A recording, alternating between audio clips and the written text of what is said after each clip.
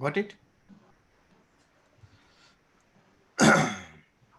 So it is y on x and x on y.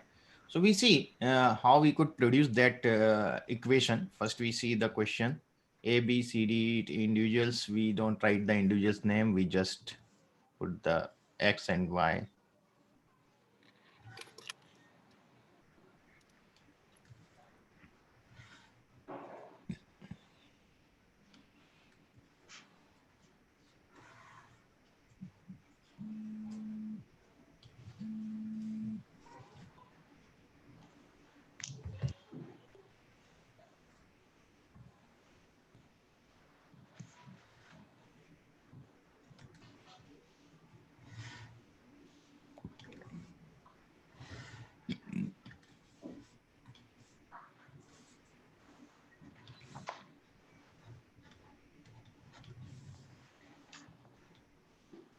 Two, 7, 8, 3, 5. 2, 7, 8, 3, 5. 10, 12, 3, 10, 10. 10, 12, 12, 10. 12, 10, 12. 3, 10, and 10. Just increase a little bit. So we could take the summation of this all.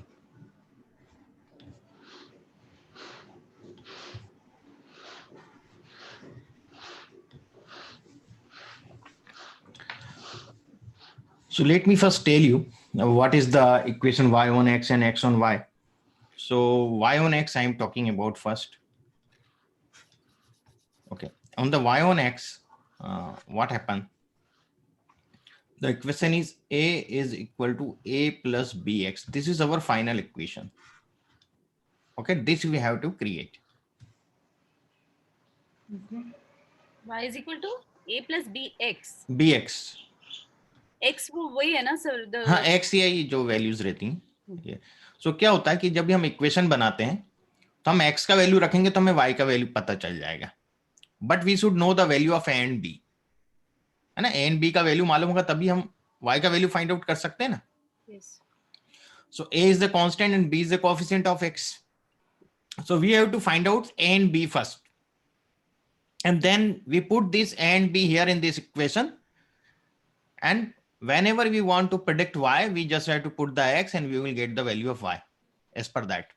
जैसे मैंने कल बताया था crop production और rain, तो मान लीजिए rain x है और y क्रॉप प्रोडक्शन है और आपने ए बी का वैल्यू फाइंड आउट कर लिया, बेस्ट फिट इक्वेशन बना ली, तो आप खाली x का वैल्यू रखेंगे कि इतना मिलीमीटर रेन हुआ है तो कितने मैट्रिक टन क्रॉप प्रोडक्शन होगा, आपको पता चल जाएगा, एक प्रेडिक्शन मिल जाएगा.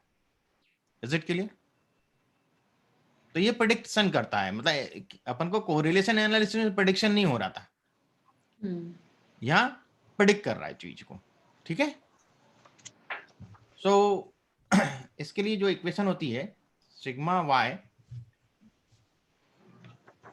Is equal to n into a plus b into sigma x and sigma x y a into sigma x plus b into sigma x square. Okay, ये हमारी equation 1 और इक्वेशन 2. इन दो इक्वेशन को सॉल्व करेंगे हम तो हमें a और b का वैल्यू मिल जाएगा. अपना 10th क्लास में 9th क्लास में करे थे simultaneous equation, substitution method, elimination method, याद आया कुछ? नाम तो सुना सुना लग रहा है ना. तो उसी टेक्निक से हम इसको सॉल्व करते हैं, है ना. अभी अपन करके देखेंगे और फिर y on x बताऊंगा. पहले y on x देख लेते हैं, फिर x on y देखेंगे. ठीक है. तो n जो है टोटल नंबर आपको मालूम है 5 है यहाँ. ओके, अपन पहले ये कॉलम बनाना पड़ेंगे. मुझे x स्क्वायर का कॉलम बनाना है और xy का कॉलम बनाना है. तो सेम कॉलम जो अपन कोरिलेशन में बनाते थे वही कॉलम अपन यहाँ क्रिएट करेंगे.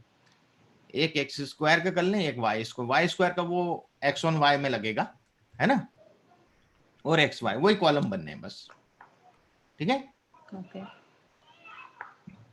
2 का square 4, 49, 64 9 25 100 144 9 100 100 20 12 7 ja 84 8 9 ja 72 300 and 500. We get the summation. So 30, no? 3 Oh. into 10. Sorry. X into y, huh? X 30. into y. Oh 10. Sorry. I have done the wrong thing. मैं 100 यहाँ पे कर दिया मैं इधर. 30 and 50. यहाँ भी कुछ गड़बड़ हो गया है. 7 X, 12. मैं इसको करता गया हूँ. Sorry. 24. हाँ. So 20 और ये 84 ठीक है. 8 3 जा 24 आएगा यहाँ. 24, 30 and 50. 24. ये 30 ठीक है और ये 50. Okay. Now we get the summation of this all. तो sigma x, I change the 25. color. 25, कितना आ रहा है? 25. 20. 5. 5. और ये 45, 45. 45. 151, 151. and 453. 453. And 208. कितना? 208. 208. ओके. अब हम क्या करेंगे? इन वैल्यूज को यहाँ रखेंगे. फर्स्ट इक्वेशन में पहले रखेंगे. सिग्मा वाई क्या है हमारा? 45. 45. ओके. मैं कलर चेंज कर लेता हूँ, थोड़ा सा डार्क कलर. 45. एन कितना है? 5. ए फाइंड आउट करना है मुझे. बी फाइंड आउट करना है. सिग्मा एक्स है 25. Okay. So 45 is equal to 5a plus 25b. This is my first equation now. Final. Okay. Yeah. आगे समझ में. अब सेकंड इक्वेशन बनाते हैं. सिग्मा एक्स वाई कितना है मेरा? 50 और 208. 208. 208. सिग्मा एक्स से 25 ए हो गया ये. और सिग्मा एक्स स्क्वायर जो है वो है 151 बी. ये सेकंड इक्वेशन है. Okay. Got it. Yes. Yes. तो मैं जरा इसको थोड़ा तरीके से जमा लेता हूं. 5a plus 25b is equal to 45. Okay. ऐसे लिख देता हूं first equation. 25a plus 151b is equal to 208. Got it? अब देखिएगा इसमें कई मेथड हैं. एलिमिनेशन मेथड है तो हम 5 का मल्टीप्लाई कर दें तो ये 25 हो जाएंगे. Coefficient same. फिर हम इसको सबट्रैक्ट कर लेंगे, है ना. सबट्रैक्ट करेंगे तो सॉल्व हो जाएगा. तो उसमें क्या होता है, कई बार बड़ा दिक्कत हो जाता है. आप सिंबल वगैरह में कंफ्यूज हो जाते हैं. सबट्रैक्शन में पूरे साइन बदलते हैं नीचे वाले इक्वेशन के, है ना.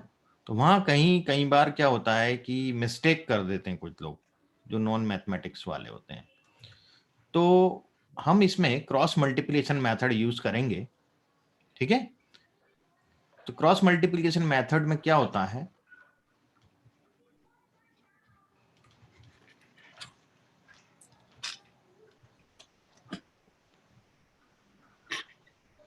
ये मेथड यूज करेंगे.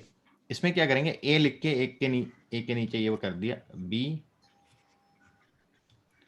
और यहां अपन -1 लिखेंगे. -1 इसलिए कि ये वाला जो कांस्टेंट टर्म है वो इक्वल के दूसरे साइड है. इज इट क्लियर कृतिका जी? समझ में आ रहा है? नहीं सर. ये -1 क्यों लिखा है? -1 है ना इसके लिए. ए के लिए तो मैंने इधर पॉजिटिव ए लिखा है, बी के लिए भी पॉजिटिव ए लिखा है, पर ये कांस्टेंट जो तीसरी टर्म है मेरी, ये इक्वल के अदर साइड है. अच्छा. तो मैं क्या लिखूंगा कांस्टेंट के लिए, और कुछ ए भी तो ए, यहां तो मैं वेरिएबल लिख रहा हूं ना, कांस्टेंट का वेरिएबल थोड़ी है. कांस्टेंट का मल्टीपल क्या होगा? हमेशा 1 होगा। किसी भी संख्या का मल्टीपल आइडेंटिटी जो होता है वो 1 होता है। 5 1 5 5, आप 1 को आप किसी से मल्टीप्लाई करोगे तो वो नंबर अपनी आइडेंटिटी नहीं खोएगा। Is it clear? Okay, yeah. 1 is the identity number. तो आइडेंटिटी नंबर लिखना है, पर 1 लिखना था मुझे, मैं -1 क्यों लिखा हूं? क्योंकि इक्वल के अदर साइड है। Is it Okay. Clear? Balance for balancing. हाँ, Okay. ठीक है ना? मतलब ये इस इक्वेशन में इक्वल के इस साइड है ये, इसलिए मैं -1 लिखा। समझ में आ गया यहाँ तक कि ये क्यों लिखा है, रीजन क्या है? तो आप कंफ्यूज ना हो उसमें, कई बार 1 अरे -1 लिखना है, 1 लिखना है, इक्वल के दूसरी तरफ है। अब क्या करेंगे देखिएगा, मैं आपको बताता हूं चीज कि हम ए के नीचे जब लिखेंगे, ए के नीचे जो भी लिखेंगे इधर, तो ए को हाइड कर देंगे, है ना? तो थोड़ी देर के लिए मैं इसको ऐसे सर्किल कर देता हूं, है ना? हाइड कर दिया, ए को छुपा दिया अंगूठे से कॉपी में। अब क्या करेंगे, राइट साइड में ऊपर देखेंगे क्या आ रहा है, कॉपी नंबर लेना है खाली 25, राइट साइड में ऊपर 25, तो मैं यहां लिखूंगा 25 इंटू इसका क्रॉस देखूंगा क्या आ रहा है, इसका क्रॉस 208, ये क्रॉस, कलर चेंज करता हूं, इस क्रॉस, ओके, क्या आ रहा है 208, तो मैं यहां लिखूंगा 208। What it? Yes, sir. Minus sign में अपने पॉकेट से लगाऊंगा, हमेशा अपनी तरफ से लगना है माइनस साइन, ओके। फिर मैं राइट साइड में ऊपर देखूंगा, सेकंड नंबर क्या है 45, मैं 45 लिखूंगा Into 151. और 151। Got it? Yes. अब मैं जब बी के नीचे लिखूंगा तो बी को हाइड करूंगा,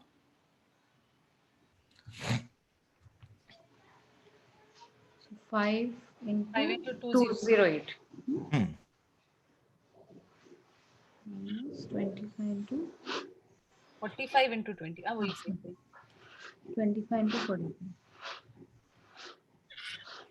और एक चीज ध्यान रखिएगा, ये जो भी नंबर यहां तो प्लस नंबर, प्लस साइन थे तो प्लस, मैं अपन ने नंबर नहीं उठा रहे हैं, वैसे ही लिख देते हैं। यदि माइनस होता तो साइन के साथ उठाना है आप। अच्छा। Got it? यदि यहाँ -25 होता तो मैं -25 लिखता यहाँ पे, हमेशा साइन के साथ उठाना है जो उसके अच्छा। आगे साइन है, अच्छा, okay. ये ध्यान रखिएगा, है ना? अब बी के नीचे लिखेंगे तो राइट साइड में क्या है, ये ध्यान रखना, राइट साइड से लेना है, लेफ्ट से नहीं लेना है। Right से 5 लेना है? इंटू 208 नहीं करना है, अच्छा 208 हमेशा right side 45 into 25। What it? So cover B and 45 into 25. Okay. हमेशा राइट साइड के टॉप का पहला उठाना है। Okay. फिर माइनस साइन अपनी तरफ से, देन इसका 5 इंटू 208। क्लियर भाई? ये ले लिया तो अब क्या बचा, यही बचा है ना। क्लियर? सर, सो ये जो 5 into 208 लिखा है, इसमें राइट साइड का नहीं लेना है। इसमें कुछ भी करना है भाई, इसके- मल्टीप्लाई में तो आप इसको इससे मल्टीप्लाई करो, इसको इससे मल्टीप्लाई करो, कोई फर्क नहीं पड़ता ना। अच्छा, तो ओके। मतलब इसको पहले राइट साइड वाले को पहले इसलिए ले रहे हैं, नहीं तो साइन चेंज हो जाएगा, नेगेटिव पॉजिटिव वाला लफड़ा आ जाएगा। डिफरेंस देख रहे हैं ना हम लोग। ओके, ठीक है। अब इस कांस्टेंट के नीचे लिखना है मुझे, हम्म तो कांस्टेंट के नीचे लिखने के लिए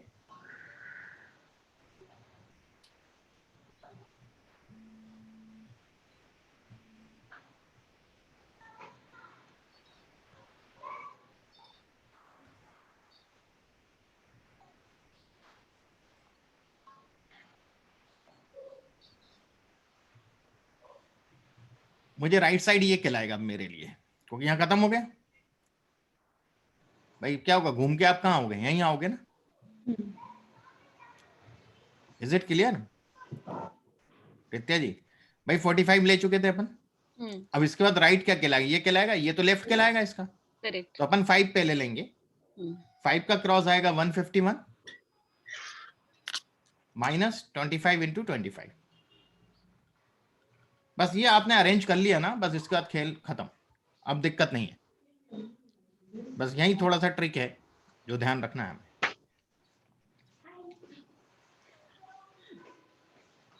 समझ में आ गया यहाँ तक? ये तो आगे पे ऐसे लग रहा है कुछ बचपन में खेल करते करते ये रिग्रेशन का वो निकल गया है। कुछ भी छुपा दो, कुछ भी क्रॉस कर दो, इट्स लाइक। तो sir can I just revise, तो ए के नीचे जो आता है you have to cover A 25 into 208, okay and 45 45 into 151, okay. B में बी को 45, हाँ बी को इसको छुपा दिया अपन ने, बी को 45 छुपा है, दिया ओके। इसका क्रॉस क्या दिखेगा अपन को? 25 ही दिखेगा। 25 ये मत लेना, खाली नंबर हाँ लेना है ठीक है हाँ ना? 20 फिर इसके बाद माइनस साइन लगा के जो बचा हुआ रिमेनिंग वो लिख दिया। ओके -1 में अपन ने 5 into 151, 25 into 25। ओके ठीक है ए एंड बी बोथ हाँ। ओके ठीक है। एक बार करेंगे तो हो जाएगा, कोई ऐसा टफ नहीं है। एक आध बार आप इसको रिवाइज करेंगे तो समझ में आ जाएगा। अब इसको मल्टीप्लाई करना है। 25 into 208 कितना आ रहा है? 5200 5200 00 और 45 into 151 6795 6795 95 correct. Oh my God, मतलब ये अरेंजमेंट के ऊपर डिपेंड करता है कि हमारी हाँ। नेगेटिव वैल्यू आएगी कि पॉजिटिव। हाँ अगर थोड़ा भी अरेंजमेंट ऊपर नीचे हुआ तो गए। हाँ, वो पूरा इक्वेशन ही गलत बन जाएगा ना। 45 into 25 1125 1125 25 and 5 into 208 1040 -1 के नीचे 151 755 minus 625 तो हम इसको सिंप्लीफाई करते हैं। 5 9 5 1 यही आ रहा है। yes sir बी 85 85 और यहाँ पे 130 130। ओके, तो ये प्लस में है, ये भी प्लस में आ रहा है डिफरेंस, ये नेगेटिव आ रहा है। ठीक है, यहाँ तक समझ में आ गया? ओके, ये तो सिंप्लीफाई किया अपन ने खाली। अब क्या करेंगे, इसको और इसको लेंगे, किसको ए वाले को और कांस्टेंट को, तो ए का वैल्यू आ जाएगा, वो बी को और कांस्टेंट को लेंगे तो बी का वैल्यू आ जाएगा। Okay, so A over -1595 is equal to -1 over 130. Got it?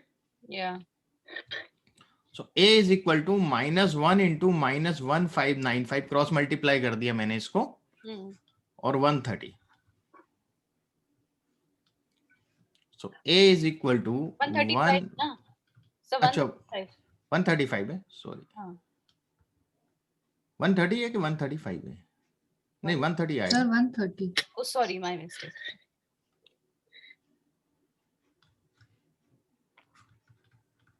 अब इसको देखें डिवाइड करके कितना आ रहा है? 12.26 12.26, ये आ गया a। ऐसे ही अपन b फाइंड आउट कर लेंगे।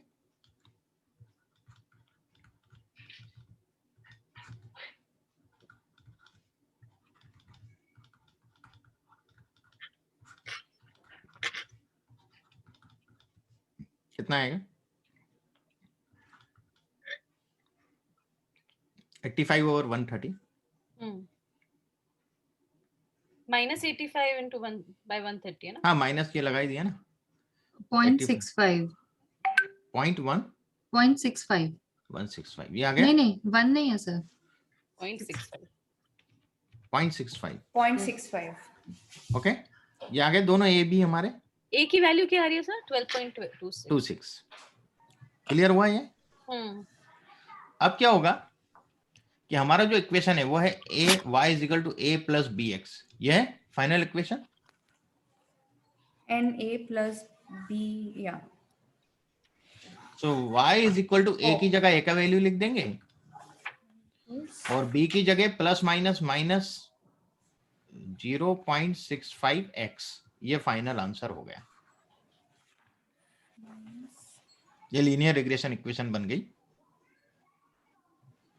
into x ठीक है, okay 126 minus 0.65 x ओके अभी x और y की वैल्यू नहीं, वो इक्वेशन बन गई ना, अब अपन को इक्वेशन ही बनाना रहता है, ओके अपन को प्रेडिक्शन नहीं करना है। यदि वहां दे देते हैं कि यदि x की इस वैल्यू के लिए y क्या होगा, तब x की जगह x का वैल्यू रख के सिंपलीफाई कर देना, y का वैल्यू निकाल के बता देना उनको, तो x की वैल्यू कहाँ से आएगी? वो देंगे। अच्छा वो देंगे। यदि उन्होंने आगे पूछा क्वेश्चन, अपन को यहाँ नहीं दिया है, यहाँ खाली बोला linear equation for x and y based on the given data. अब देखिए यहाँ इन्होंने मिस्टेक क्या करी, इक्वेशन लिखा, जबकि x एंड y पे बेस्ड इक्वेशन बनाना है तो दो इक्वेशंस बनेगी, एक y ऑन x, एक x ऑन y। तो अभी अपन ने y ऑन x बनाई ना, अच्छा अभी अपन ने y ऑन x बनाई, तो यहाँ रिग्रेशन इक्वेशन लिखना है, जबकि इक्वेशंस होगा, या तो इन्हें स्पेसिफाई करना चाहिए, और ये कंफ्यूज कर रखा है कि x and y based, x और y पे बेस्ड तो दोनों इक्वेशन रहती हैं। भाई दोनों इक्वेशन में x और y होगा ना, y वाले में भी x है कि नहीं है? यस तो अपन तो ऐसा कंफ्यूजन हो तो दोनों इक्वेशन बना के बताना है, y ऑन x और x ऑन y। अच्छा ओके ओके क्लियर? ये जानबूझ के ये थोड़ा सा गड़बड़ कर देते हैं, ठीक है। तो अपन सेकंड इक्वेशन भी बना के देखते हैं, बहुत आसान है। तो x ऑन y हाँ, अब x ऑन y। सो देखिएगा x ऑन y में जो फाइनल इक्वेशन होगी वो होगी x is equal to a plus b y, कोई ज्यादा अंतर नहीं है। ओके सेम सिमिलर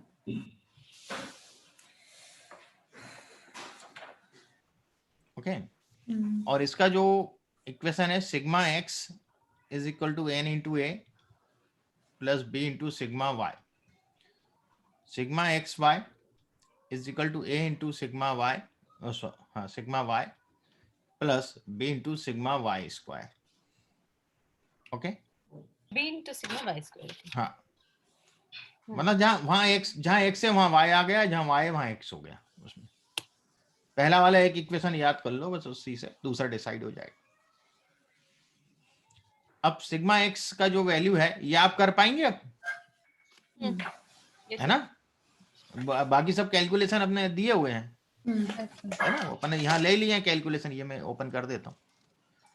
यहाँ से एक्स वाई सब उठाना है आपको, सिग्मा एक्स सिग्मा वाई ये वैल्यू दी हुई है।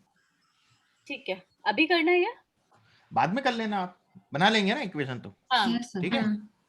समझ में आ गया ना, बहुत आसान है लीनियर रिग्रेशन। 10 नंबर का क्वेश्चन आता है, कोई थ्योरी नहीं पूछी उन्होंने, बहुत बढ़िया सीधे यही क्वेश्चन है 10 नंबर। तो हमको x on y, y on x दोनों निकालना है हाँ दोनों निकालना है आप, एक क्वेश्चन के लिए। हाँ ठीक है ना। Yes sir. एक सेकंड में जरा इसको नीचे देखते हैं, बस इतना ऐसी क्वेश्चन है। तो ये तो अपना हो गया लीनियर रिग्रेशन, कोरिलेशन हो गया, लीनियर रिग्रेशन हो गया, और किसी पेपर में भी होगा तो आप देख लीजिएगा, लीनियर रिग्रेशन पे एक आध क्वेश्चन होगा तो प्रैक्टिस बाद में कर लीजिएगा आप लोग, बीच में जब गैप आएगा पेपर में। अब अपन बात करते हैं इन्फ्रेंशियल एनालिसिस का। ये तो अपना पार्ट हो गया डिस्क्रिप्टिव वाला। ये मल्टीवेरिएट एनालिसिस था, ये क्या कहलाता है? बाइवेरिएट कोरिलेशन था, univariate mean measure of centre tendency और measure of dispersion univariate analysis था। सर एक मिनट हाँ सर ये नोट करने दीजिए जरा। हाँ ये क्या है सर लीनियर? हाँ देखिए, जो डिस्क्रिप्टिव एनालिसिस सबसे ऊपर हाँ। लिख दीजिए, डिस्क्रिप्टिव एनालिसिस। हाँ ओके इस ग्रुप में नीचे आ जाएंगे 3, univariate, bivariate, multivariate. Okay 1 second. Okay univariate में मेजर ऑफ सेंट्रल टेंडेंसी और मेजर ऑफ डिस्पर्सन।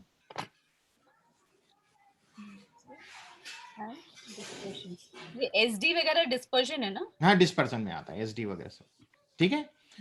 बाइवेरिएट में कोरिलेशन एनालिसिस, इसमें आपके आ जाएंगे कार्ल पियर्सन, स्पीयरमैन्स और किंडल ताऊ। कार्ल पियर्सन, स्पीयरमैन्स और किंडल, ओके ठीक है। तीसरा है मल्टीवेरिएट एनालिसिस। मल्टीवेरिएट एनालिसिस में रिग्रेशन एनालिसिस है, लीनियर रिग्रेशन लिखिएगा, लीनियर रिग्रेशन एनालिसिस, क्योंकि रिग्रेशन भी कई तरह के होते हैं, कर्वी लीनियर भी होता है। Linear regression analysis.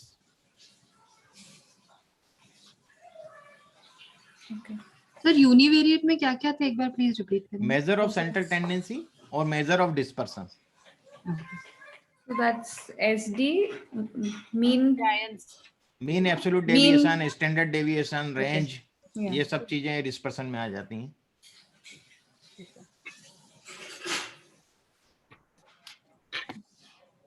तो उसको यूनिवेरिएट क्यों बोलते हैं सर? उसमें भी तो कपल ऑफ वेरिएबल्स आते हैं ना? कहाँ? y तो होते ही है ना? नहीं, यूनिवेरिएट में तो अपन एक ही वेरिएबल का मीन निकालते हैं ना। अच्छा, सिंगल वेरिएबल का मीन अलग अलग निकलेगा ना हर वेरिएबल का। Okay fine. एंड भाई जो कोरिलेशन तो दो वेरिएबल होंगे तभी आप कोरिलेट कर पाओगे उसको। कोरिलेशन 2 में है। और लीनियर में अपन, मल्टीवेरिएट में अपन ने यहाँ एक ही एक लिया, एक्स और वाई। एक्स बहुत सारे हो सकते हैं, इंडिपेंडेंट वेरिएबल एक से ज्यादा। देखिएगा, क्रॉप प्रोडक्शन को जरूरी नहीं है कि खाली रेन ही इफेक्ट करती हो। Soil quality, seed quality, pesticides, fertilisers, sunlight, irrigation, बहुत सी चीजें जो उस पर इंपैक्ट डालती है। तो अपने पास एक्स बहुत सारे हो गए, x1, x2, x3, x4, x5। There are so many independent variables. Dependent एक ही होता है, डिपेंडेंट हमेशा एक ही होगा। जो y होगा वो सिंगल होगा, पर x जो होंगे वो मल्टीपल हो सकते हैं जो y को इंपैक्ट करते हैं। Is it clear? Yes sir. And bivariate में 2 होते हैं। हाँ, बाइवेरिएट में 2 होते हैं। ठीक है, यहां तक समझ में आ गया आपको? तो ये अपना डिस्क्रिप्टिव पार्ट अपन ने पूरा कंप्लीट कर लिया है। अब हम स्टार्ट करेंगे इन्फ्लुएंशियल का। आज मैं खाली थ्योरी बताऊंगा थोड़ा सा, ठीक है? और फिर अपन प्रैक्टिकल जो है वो 19 तारीख से ठीक है करेंगे। सर। कल के जो प्रॉब्लम्स थे वो मैंने देखे सारे पेपर्स में। तो हाँ। उसमें एक पेपर में वो रैंक वाला आया है सर, मल्टी रैंक वाला। मल्टी रैंक वाला आया है ना? चलिए अच्छा है, इसलिए मैंने बताया उसको कि मैं, मतलब ऐसा नहीं है कि मैं अधूरा पढ़ा दूं आपको जल्दी जल्दी खत्म करने के चक्कर में। मेरा ये रहता है कि पहले क्वेश्चन पेपर मैंने थोरोली रिव्यू किए थे उसको, एक आध चीज तो, पर उसके अंदर मैंने इतना ध्यान नहीं दिया था कि मल्टीपल रैंक भी है। वो जून 17 का पेपर है शायद जिसमें है। अच्छा, अभी वाला होगा ना लेटेस्ट का? नहीं, जून 17 का है वो। अच्छा। तो उसमें एक वो था और एक कैंडल में मैंने देखा था कि उसमें सिर्फ एक ही इंटरसेप्शन आ रहा है। मतलब कि जो x के नंबर्स हैं और जो y के नंबर्स हैं वो ideally they should be similar, no? उसमें एक वेरिएबल सिमिलर था, तो जो एक या 2 वेरिएबल सिमिलर थे, जो इंटरसेक्शन जो हुआ था वो सिर्फ एक ही था। हाँ, तो 1 ले लेंगे अपन उसकी जगह। अब वो लिया 1, मेरे को डाउट था कि ये सही कर रहे हैं कि नहीं कर रहे हैं। नहीं, सिमिलैरिटी नहीं थी x एंड y में। वो जितने ज्यादा इन्वर्सन होते हैं ना उसमें इंटरसेक्शन, उतना उसका कोरिलेशन जो होता है उस हिसाब से कम होता चला जाता है।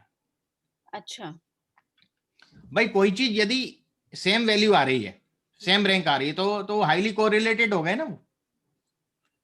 1 के सामने 1, 2 के सामने 2, 3 के टाइम सामने 3, एक आध में ही डिफरेंस हो, एक ही इंटरसेक्शन आ रहा है, मतलब हाईली आपकी उसकी कोरिलेशन की वैल्यू हाई होगी, हाई आएगी। हाँ, सही बात है, करेक्ट है ना? जब जितने ज्यादा इंटरसेक्शन होंगे उतना कम कोरिलेटेड होगा, ठीक है ना? सर मल्टीवेरिएट में we only need to know linear regression. हाँ, लीनियर रिग्रेशन बस हमारे सिलेबस में एक ही है। आपको यही, ठीक है। और ये भी बहुत सिंपल वाला है, एक वेरिएबल वाला है आपको। मल्टी वेरिएबल तो कभी पीजी में भी नहीं देते, स्टैटिस्टिक्स वालों को भी नहीं देते। ओके। क्योंकि उसको कैलकुलेट, जैसे 2 इक्वेशन बन रही थी, अपन ने 2 को सॉल्व करके ए और बी निकाला। अब वो आपको मैं यदि बताऊं तो जो मल्टीवेरिएट बनता है ना, उसका इक्वेशन ऐसा होता है।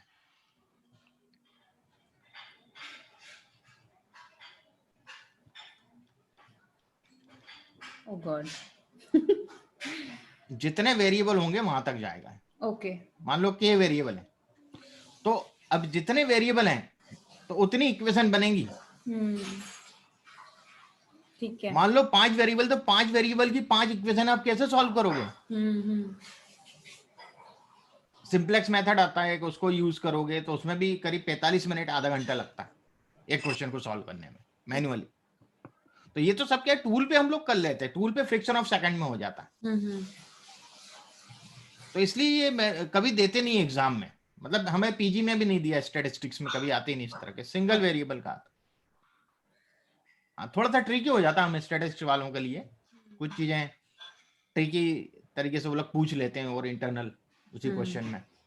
आपका तो बहुत ही सिंपल इसमें आएगा।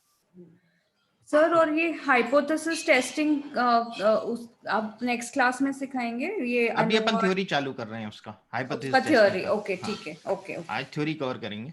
ठीक है सर।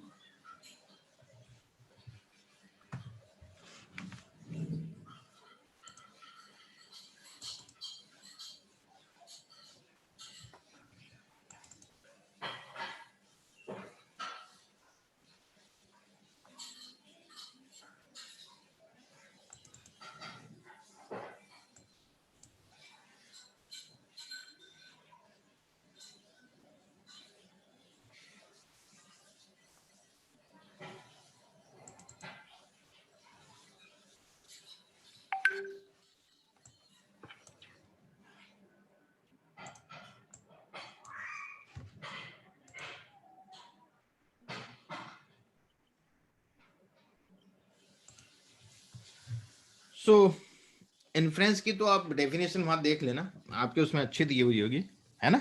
मैंने इसमें प्रॉपर नहीं दी है पीपीटी में, तो आपके जो कोर्स मटेरियल है उसमें अच्छा दिया होगा, है ना, सिंपल लैंग्वेज में। तो अपन हाइपोथेसिस से ही चालू करते हैं सीधे। एक्चुअली जो इन्फ्रेंशियल एनालिसिस है वो स्टडी है कंपैरिजन की। बिना कंपेयर किए तो हम किसी निष्कर्ष पे पहुंच ही नहीं सकते, है ना। तो हाइपोथेसिस जो है वो क्या होते हैं? So we will discussing two kinds of hypothesis होती हैं। एक तो रिसर्च हाइपोथेसिस होती है, एक स्टैटिस्टिकल हाइपोथेसिस होती है। सो यदि हम बात करें रिसर्च हाइपोथेसिस की, तो वो खाली स्टेटमेंट होते हैं, उसके पीछे कोई डेटा नहीं होता, कुछ हमने उस पर मैथमेटिकल कैलकुलेशन नहीं किए होते हैं, वो खाली हमारे ऑब्जर्वेशंस होते हैं और उसके द्वारा हम लोग वो हाइपोथेसिस का स्टेटमेंट बना देते हैं। जैसे मैंने यहाँ लिखे एग्जाम्पल में दो। पहले तो इसका डेफिनेशन आप देखेंगे कि research hypothesis are that ones that are stated in relatively statement about what you think will be the outcome of the research. तो हमने एक अवधारणा बना ली कि ऐसा होने पे ऐसा होता है ना। तो जैसे मैंने एग्जाम्पल लिखा, consumption of sugar makes children more active और हाइपर एक्टिव। जो बच्चे चॉकलेट या शुगर ज्यादा खाते हैं, शुगर कैंडी वगैरह, तो वो ज्यादा एक्टिव होते हैं। ये एक अवधारणा है ना, उनको ग्लूकोज मिलता है तो ज्यादा एक्टिव हो जाता है। दूसरा स्टेटमेंट में देखा, phonics is better for teaching reading than is whole language. पूरी लैंग्वेज से अच्छा फोनिक्स पढ़ाओ, उससे उनकी जो रीडिंग है वो सुधर जाएगी। Clear? So these are the statement, these are the research hypothesis. इसके पीछे कोई डेटा नहीं है हमारे पास। जैसे कि अपन ने कोरोना में भी देखा, बीसीजी का डेटा है, मतलब टीका जिनको लगा हुआ है उनको वो इम्यून है कोविड-19 से, उनको इतना ज्यादा इफेक्ट नहीं करता है ना। बीसीजी का टीका आपको हमको सबको लगा होगा वैक्सीन पहले। तो इसलिए इंडिया में इसका इतना वर्ष रूप नहीं देखने को मिला कोविड-19 का। आप देखिए 1.5-2 लाख लोगों से ज्यादा मरे ही नहीं है, 1.5 लाख का पूरा है।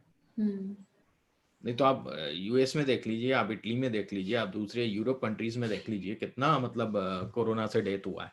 और यहाँ तो इतना हाई वॉल्यूम पॉपुलेशन के अंदर खाली 1.5 लाख लोग मरना कोरोना से, तो ये तो बहुत है, कोई 0.00 डेथ रेट,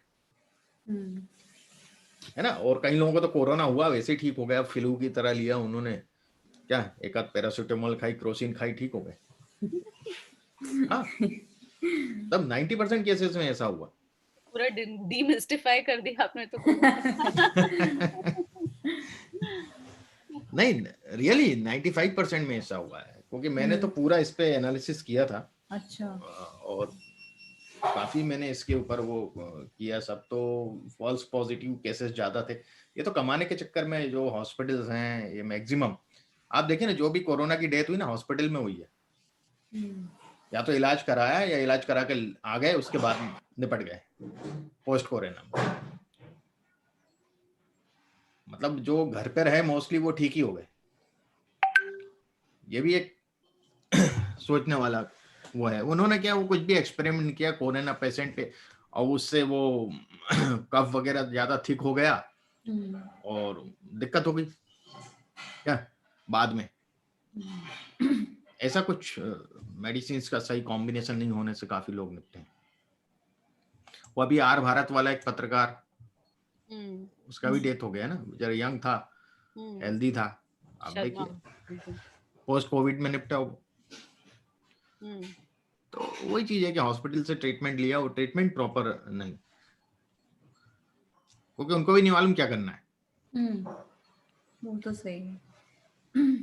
तो इसलिए जो घर पे मेडिसिन, अभी भी जो मोबाइल पे आप किसी को कॉल करते हैं तो जो उनका मैसेज आ रहा है कि आप वैक्सीन जरूर लगवाएं, किसी के बहकावे में नहीं, उसके बाद भी आप मास्क बांध दें, 2 फीट का डिस्टेंस रखें और फलाना करें। अरे जब वैक्सीन लगा ली तो ये सब फिर क्यों, यदि वैक्सीन सही है तो।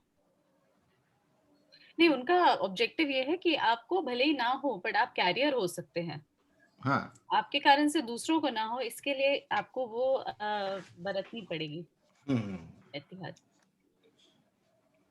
तो वो चीजें हैं कि मुझे लग चुका है वैसे 1 डोज। एक डोज लग गया, 2 डोज अच्छा। लगना है, 3 लगना है, 2 लगने हैं। 2 लगना है ना। हाँ, तो 1 लग चुका है, 1 और लगना बाकी है। तो कोई इफेक्ट वगैरह, side effect?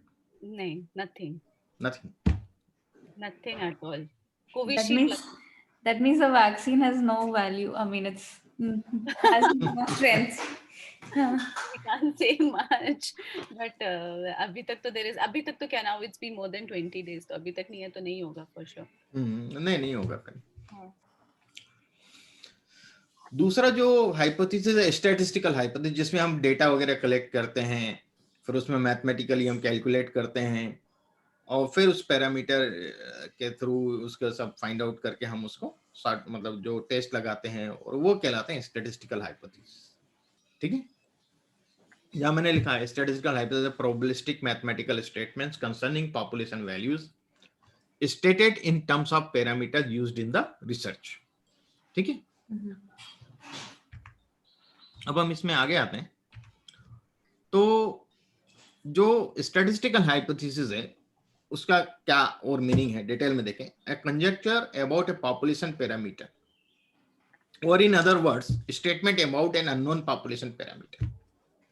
This conjecture or may not be true. आपने जो भी एजम्पशन माना है, कंजेक्चर यानी एजम्पशन हुआ एक दूसरा, जो भी आपने माना है पॉपुलेशन के बारे में कि भाई ऐसा करने से ऐसा होगा, तो उसको हम एक छोटे सैंपल से टेस्ट करते हैं और फिर हम मानते हैं कि नहीं यार पूरा पॉपुलेशन पे ऐसा होता है, जो सैंपल के रिजल्ट होते हैं, है ना। सो या तो पॉपुलेशन के बारे में हम जानते हो पॉपुलेशन कैसा है, या पॉपुलेशन के बारे में नहीं जानते हो, तो भी आप मतलब एक कंजेक्चर है, आपकी धारणा है, जिसको आप हाइपोथेसिस के थ्रू, स्टेटमेंट के थ्रू आप लिखते हो। और ये आपकी जो अवधारणा है वो सही हो भी सकती है और नहीं भी हो सकती है। तो कंजेक्चर है, जरूरी नहीं है कि आप जो नल हाइपोथेसिस लिए हो वो आप क्या सही हो, गलत भी हो सकता है ना।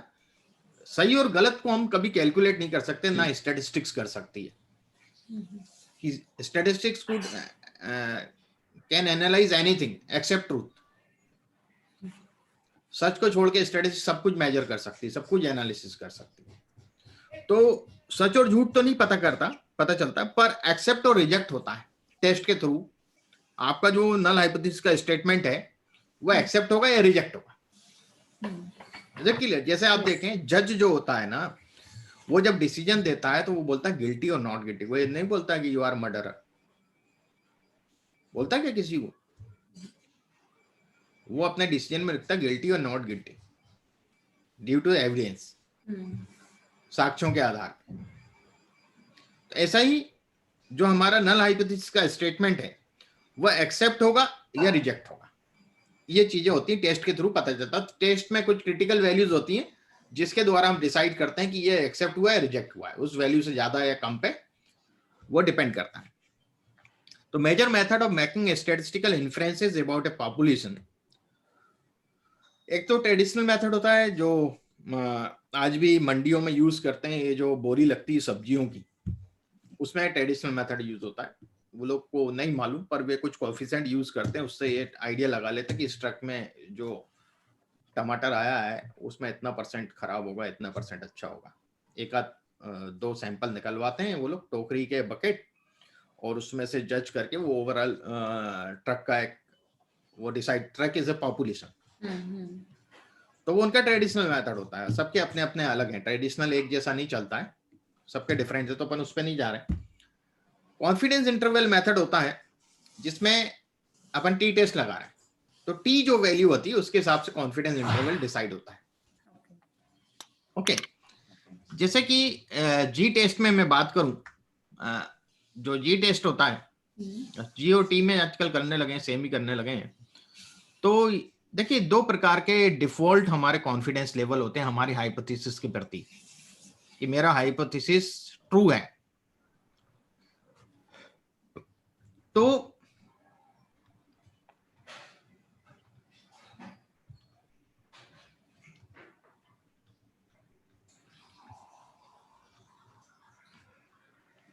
आपने कोई नल हाइपोथेसिस निकाला, नल हाइपोथेसिस को हम H0 के द्वारा रिप्रेजेंट करते हैं। इसका जो स्टेटमेंट है, कॉन्फिडेंस इंटरवल का पार्ट नहीं, सॉरी, ये इन्फेरेंशियल एनालिसिस का ही पार्ट है ना।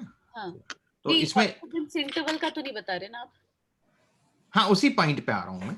ओके, तो पहले अपन समझे कि नल हाइपोथेसिस क्या है। तो नल हाइपोथेसिस हमारा जो स्टेटमेंट है, नल का मतलब होता है negation. There is no significant difference between sample statistics and population parameter.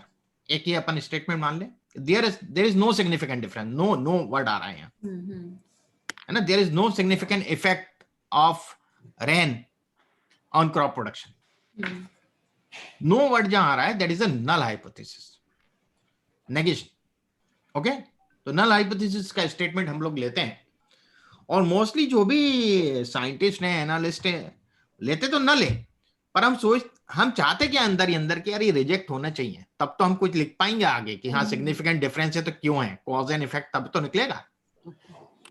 Sir इधर एक क्वेश्चन है, ये टाइप 1 और टाइप 2 के एरर्स जो अभी है, आ रहे हैं, उस पे भी आ रहे हैं, अच्छा ठीक है, उस पे भी आ रहे हैं, डोंट वरी, सब इस पीपीटी में है, अच्छा, एवरीथिंग इज देयर। इसलिए मैं आज थ्योरी पार्ट कंप्लीट कर रहा हूँ, ओके ओके, ये आपके थ्योरी के बहुत क्वेश्चन आते हैं इस पे। हम्म, सो नल हाइपोथेसिस का जो स्टेटमेंट है, सो आपका जो स्टेटमेंट है नल हाइपोथेसिस का, आपको उस पर कॉन्फिडेंस होगा ना कुछ कि ये ट्रू है। सो आपका जो डिफॉल्ट कॉन्फिडेंस है वो दो होते हैं इसमें, एक तो 95% कॉन्फिडेंस होता है, एक आपका 99% कॉन्फिडेंस होता है। ओके, सो 95% कॉन्फिडेंस पे यदि मान लो मैं जी टेस्ट की बात कर रहा हूं, जेड टेस्ट की, तो 95% पे जो वैल्यू आएगी वो आएगी 1.96। क्या आएगी? 1.96 क्रिटिकल पॉइंट होगा। यदि आपका टेस्ट लगाया, आपने टेस्ट लगाया और वो वैल्यू आई 2.01, तो 1.96 से ज्यादा हो गई, होगी कि नहीं? तो आपका 5% सिग्निफिकेंट, मतलब 95% कॉन्फिडेंस लेवल से वो ज्यादा हो गया, तो आपका नल हाइपोथेसिस रिजेक्ट हो जाएगा। मैं इसको यहां बताता हूं, ये अपना स्केल है, जी स्केल, और ऐसा कर्व बनाते हैं हम लोग जनरली, है ना, नॉर्मल मानते हैं। ये अपना पॉइंट है 1.96, तो 1.96 से -1.96 के बीच में 5% पे आपकी हाइपोथेसिस, नल हाइपोथेसिस एक्सेप्ट होती है। आ रहा है समझ में? तो इसके बीच में वैल्यू होगी तो एक्सेप्ट करोगे आप, ओके, इससे ज्यादा होगी तो रिजेक्ट, तो ये रिजेक्शन रीजन है। तो आपका 2.01 है तो रिजेक्ट हो गई, रिजेक्ट हो गई, रिजेक्ट होगी, मतलब ये हुआ कि जो नल हाइपोथेसिस का अपोजिट हाइपोथेसिस होती है वो होती है alternate hypothesis. There is significant difference, वो बोलता है कि सिग्निफिकेंट डिफरेंस है, नल हाइपोथेसिस बोलता है there is no significant difference. समझ में आ रहा है बात को? तो आपका नल हाइपोथेसिस रिजेक्ट हो गया और अब अल्टरनेट हाइपोथेसिस एक्सेप्ट हो गया, मतलब, है ना, दोनों सिक्के के दो पहलू है और दोनों म्यूचुअली एक्सक्लूसिव हैं।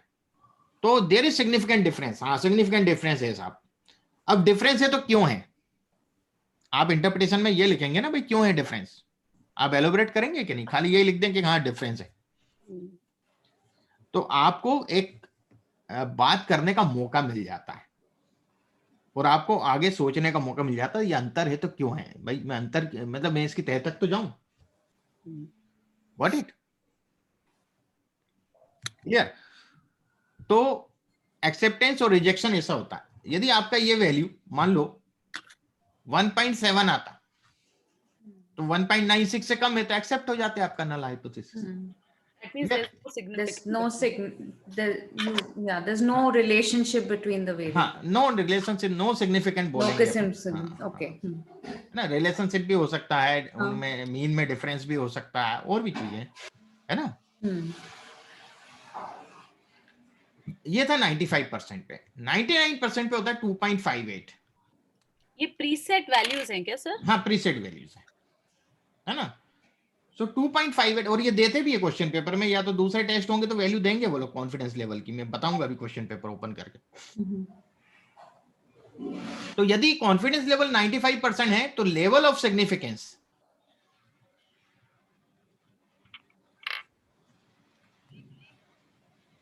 वो 5% होगा। 100 minus 95। Is it clear? Confidence levels 95%, level of significance 5%। जहां वो सिग्निफिकेंस होगा तो 5% ही बचा ना अपने पास। Is it clear? Level of significance 5% and confidence level is 95%. 95%। यदि आपका कॉन्फिडेंस लेवल 99% है तो लेवल ऑफ सिग्निफिकेंस कितना होगा फिर? 1%. 1%। करेक्ट? Yes. तो अपन जो हाइपोथेसिस टेस्टिंग करते हैं, एक तो 0.05 और 0.01 लिखते हैं पी वैल्यू। तो जब पी वैल्यू पे आते हैं तो पी वैल्यू पे हम लिखते हैं कि यदि आपका वैल्यू यहां पर 0.05 आ रहा है ना, 0.05 है ना, रीजन में अंदर, ये तो लाइन पे था, ये प्रोबेबिलिटी जो है वो अंदर है, रीजन को शो कर रही है, एरिया को शो कर रही है। तो यदि आपका पी वैल्यू इसमें उल्टा होता है, छोटा है 0.05 से, तो छोटा है 0.05 से तो इधर चला जाएगा। Is it clear? और बड़ा है तो इधर जाएगा, जबकि टी वैल्यू जी वैल्यू में क्या होता है, बड़ा है तो इधर जाएगा, छोटा है तो अंदर आएगा। ये वाला फिर से रिपीट कीजिए सर, बड़ा है छोटा है। हाँ, टी वैल्यू अपन ने देखा था 1.96 से ज्यादा होगा, या जी वैल्यू 1, तो वो इधर चले जाएगा, बाहर चले जाएगा इस तरफ लाइन पे, रिजेक्शन रीजन में। यस है ना, रिजेक्ट होगा आपका नल हाइपोथेसिस। पर पी वैल्यू में उल्टा रहता है, अच्छा 0.05 से कम होगा तो इधर होगा रीजन, यहाँ ज्यादा रीजन है ना 0.05 से, ये एरिया को शो करता है। पी वैल्यू किसको शो कर रहा है? एरिया। ये लेवल ऑफ सिग्निफिकेंस है, पी कनोट्स लेवल ऑफ सिग्निफिकेंस। हाँ, लेवल ऑफ सिग्निफिकेंस। तो 5% पे यदि मेरा पी वैल्यू, अब ये तो अपन ने जी वैल्यू से चेक किया, आपको जी वैल्यू से ही आएगा। एक मेथड होता है पी वैल्यू वाला, तो आजकल जो मेथड हम लोग यूज करते हैं पी वैल्यू यूज करते हैं, है ना। तो यदि 0.05 से कम है तो रिजेक्ट हो जाएगा null hypothesis,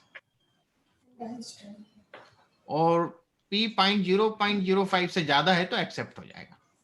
is it clear? अभी अपन और इसको डिटेल में जब प्रैक्टिकल करेंगे तो और समझ में आएगा आपको।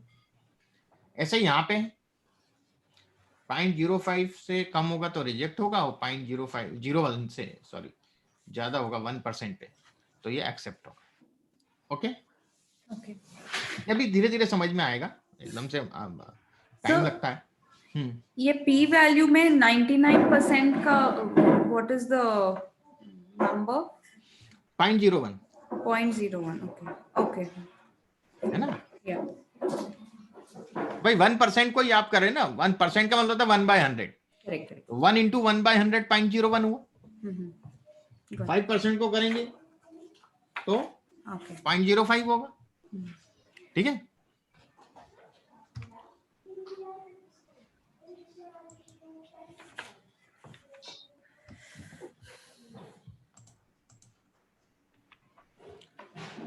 अब हम बात करें statistical. There are two types of statistical hypothesis, null hypothesis, alternative hypothesis, जो मैंने अभी आपको बताया है ना। नल हाइपोथेसिस होता है, अल्टरनेटिव। नल हाइपोथेसिस को हम H0 से रिप्रेजेंट करते हैं, अल्टरनेट हाइपोथेसिस को H1 और HA से रिप्रेजेंट करते हैं सिंबॉलिकली। ठीक है, अब इसमें दो प्रकार के होते हैं, एक तो टू टेल्ड होता है, एक राइट टेल और लेफ्ट टेल, मतलब वन टेल बोलते हैं जिसको अपन। तो जनरली हमें जो टेस्ट आएंगे वो टू टेल ही आएंगे आपको, तो अपन को इतना बॉदर नहीं होना है। ये सिंबॉलिक रिप्रेजेंटेशन है, ये पॉपुलेशन मीन है और ये सैंपल मीन है। तो हम बोल रहे हैं there is no significant difference between population parameter and sample statistics. तो मतलब पॉपुलेशन मीन और सैंपल मीन इक्वल है, हमारा ये कहने का मतलब है ना, नो सिग्निफिकेंट डिफरेंस का मतलब क्या हुआ, क्या मीनिंग निकलेगा? इक्वल है, इक्वल है तो Equal. Actual There's no difference. हाँ. है ना, there is no significant difference. Symbolically तो हम इक्वल के साइन से रिप्रेजेंट करेंगे ना, टोटल इक्वल तो होते नहीं है वो, हमेशा एग्जैक्ट इक्वल नहीं होते, डिफरेंस तो होगा दोनों मीन में थोड़ा बहुत, पर वो सिग्निफिकेंट है कि नहीं है ये चेक करने के लिए हम टेस्ट लगाते हैं। क्लियर हुई ये चीज? मतलब पॉपुलेशन पैरामीटर और सैंपल स्टैटिस्टिक्स के बीच में कुछ डिफरेंस है कि नहीं है वो चेक हाँ, करने के लिए हम वो test चेक करने के लिए। कि sample is authentic representation of the population और yes yes yes, that is, okay. Got it? Yes. तो अल्टरनेट हाइपोथेसिस का उल्टा हो जाएगा, mu is not equal to k. Clear? तो हमें खाली इसी से ध्यान रखना है, इधर अपन नहीं जा रहा है राइट टेल लेफ्ट टेल में अभी, ठीक है? अब हम बात करते हैं, ये आप जो बोल रहे थे types of error, type 1 error, type 2 error, दिख रहा है आपको यहाँ? Yes, sir. देखिए ये तो हम नहीं बोल सकते कि हमारी हाइपोथेसिस ट्रू है, हमारा कॉन्फिडेंस लेवल होता है इसको ट्रू शो करने के लिए या फॉल्स शो करने के लिए। और सपोज कर लें कि मेरा नल हाइपोथेसिस ट्रू है, 100% ट्रू है, 100% कभी नहीं होता, पर मान ले कि ट्रू है एक सेकंड के लिए, और मैंने इसको टेस्ट किया, वो नल हाइपोथेसिस मेरी एक्सेप्ट हो गई, ट्रू है और एक्सेप्ट होगी, तो राइट डिसीजन होगा कि नहीं होगा? है ना? That clear? Yes. और यदि मेरी नल हाइपोथेसिस ट्रू है और रिजेक्ट हो गई तो रॉन्ग डिसीजन होगा कि नहीं होगा? Error. सही होते हुए भी रिजेक्ट हो गई, ओके? तो ये तो रॉन्ग डिसीजन हुआ। तो इस तरह का जो रॉन्ग डिसीजन है कि आपकी हाइपोथेसिस ट्रू है बट रिजेक्ट हो रही है, तो ये टाइप 1 एरर कहलाता है, और इसको हम अल्फा एरर भी बोलते हैं। अल्फा क्या है? अल्फा कुछ नहीं है, अल्फा लेवल ऑफ सिग्निफिकेंस है। लेवल ऑफ सिग्निफिकेंस अभी मैंने बताया था आपको, 5%, 1%, ओके? सो ये वो है, ठीक है? अब मान लीजिए कि मेरी नल हाइपोथेसिस जो है वो फॉल्स है, गलत है, वो गलत होने के बाद वो एक्सेप्ट हो गई, वो तो गलत डिसीजन हो गया भाई, गलत थी यार, कैसे एक्सेप्ट हो गई? Okay, does that make sense to you? मान लो कि मेरी नल हाइपोथेसिस गलत थी, है ना, और वो एक्सेप्ट हो जाती है, तो ये तो गलत डिसीजन हो गया, इसको बोलते हैं टाइप 2 एरर और बीटा एरर। Okay. मेरी नल हाइपोथेसिस गलत थी और रिजेक्ट हो गई, तो राइट डिसीजन है यार, गलत थी तो रिजेक्ट तो होना ही थी। क्लियर हुई ये चीज यहाँ तक? अब मैं इसमें एक्सेप्ट की हुई और गलत एक्सेप्ट हो गई, हाँ, गलत होके एक्सेप्ट हो रही है तो गलत डिसीजन है, वो टाइप 2 एरर कहलाएगी, इसको बीटा एरर भी बोलते हैं, ठीक है? गलत होके यदि रिजेक्ट हो रही है तो बहुत अच्छी बात है, और गलत था रिजेक्ट हुआ, सही बात है, राइट डिसीजन है। तो यदि मैं नल हाइपोथेसिस की बात करूं, 5% लेवल ऑफ सिग्निफिकेंस पे बात कर रहा हूं मैं पहले, मतलब 95% कॉन्फिडेंस लेवल की बात करता हूं, तो मेरे पास रिजेक्शन का जो रीजन है, मेरे पास 5% एरिया है रिजेक्शन के लिए, 95% मेरा एक्सेप्ट होगा और 5% रिजेक्ट होने के चांसेस है। अब मैं चाहता हूं कि मैं टाइप 1 एरर जो है मेरा 5% तो रिजेक्ट हो रहा है, यदि मैं 1% पे कर दूं सिग्निफिकेंस लेवल, तो मेरे पास एक्सेप्टेंस का एरिया बढ़ जाएगा, 99% हो जाएगा कि नहीं हो जाएगा? Yes. एरिया बढ़ा, मान लो आपका जो पी वैल्यू आया, अपन पी वैल्यू पे बात कर रहे हैं, यदि आपका पी वैल्यू स्मॉल है 0.05 से, तो आपका नल हाइपोथेसिस रिजेक्ट हो जाएगा, आप इधर आ जाओगे, है ना? तो मान लो आपका जो पी वैल्यू आया है वो आया है 0.03, कितना आया है? 0.03। 03। तो ये 5% पे तो कम है, हाँ। तो आपका रिजेक्ट हो रहा है, यहाँ आ रहे हैं आप, है ना, 5% पे तो आप यहाँ आ रहे हैं 0.03। तो मैं यहाँ लिख रहा हूं 0.035% पे तो इधर आ रहा है, ठीक है, रिएक्शन में, पर दिस 0.03 इज ग्रेटर देन 0.01। तो 1% पे तो फिर यहां नहीं आ रहा, ये बड़ा है तो किधर चला जाएगा, एक्सेप्ट हो जाएगा, समझिएगा। ये है 0.05, ये है 0.01। यदि 0.05 से इधर जो भी चीज होगी वो 5% पे रिजेक्ट हो जाएगी। और मेरा जो वैल्यू आ रहा था वो आ रहा था 0.03, तो 5% पे तो रिजेक्ट हो रहा है, हो रहा है, पर 1% पे क्या हो रहा है, 1% के तो इस तरफ है, ये एक्सेप्ट होगा कि नहीं होगा? हाँ, इसके इधर होता तो रिजेक्ट होता 1% पे। क्लियर हुआ? अच्छा, ये मेरे को, मैं ये भूल गई कि वो 99%, 95 से 99% कैसे हो गया और 5% 1% कैसे हो गया? देखिए, आपको जो भी वैल्यू मिलेगा, पी वैल्यू, वो तो फिक्स मिलेगा।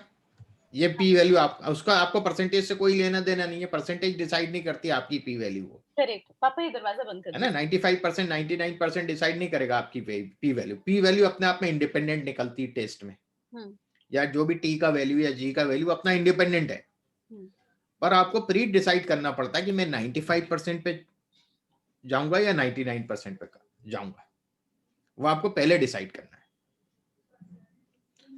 तो कई हाइपोथेसिस, आपका ये जो हाइपोथेसिस है वो 5% पे तो रिजेक्ट हो रहा है, पर 1% पे एक्सेप्ट हो रहा है, एक्सेप्ट हो रहा है। यहां तक समझ में आया, है ना। पी वैल्यू तो जो आपने कैलकुलेट की वो तो अपने आप में इंडिपेंडेंट है, वो चेंज नहीं होगी। 99% पे या 95% पे पी वैल्यू चेंज नहीं होगी, उसका एक्सेप्टेंस और रिजेक्शन चेंज हो सकता है।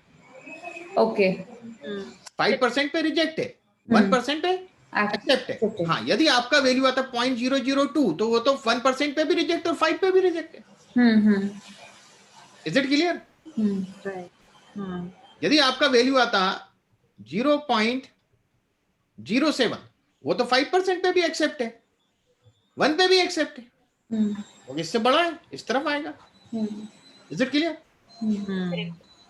समझ में आ रहा है? यहां तक समझ में आ गया बात? यस। तो आपका वैल्यू आया 0.03, तो 95% पे तो वो रिजेक्ट में जा रहा था, और 99% पे तो वो एक्सेप्ट में आ गया ना। Yes, yes. तो आपने अल्फा एरर 5% से अल्फा क्या किया, 1 ले लिया, 0.05 से 0.01 पे आ गए उसको एक्सेप्ट करवाने के लिए। अच्छा। क्लियर? भाई 5% पे था, रिजेक्ट हो रहा था, मैं 1% पे आया, ये इधर चला गया, एक्सेप्ट हो गया। क्लियर हो गई ये चीज कि नहीं हुई? हम कैसे चेंज कर सकते हैं? ये तो प्री डिसाइडेड वैल्यूज है ना। हाँ, अपन को प्री डिसाइड करना पड़ता है, 95% पे जाएंगे, 99 पे जाएंगे, पर आजकल वो चीज भी खत्म कर दी है। ओके। आजकल वो चीज भी खत्म कर दी है। तो ये सब आजकल हमको क्वेश्चन में आएगा कि ये आप नहीं, थ्योरी बता रहे हो? ये थ्योरी है। अच्छा, ओके। टाइप 1 टाइप 2 एरर के बारे में। तो यदि आप अल्फा डाउन करोगे तो बीटा बढ़ जाएगा कि नहीं बढ़ जाएगा?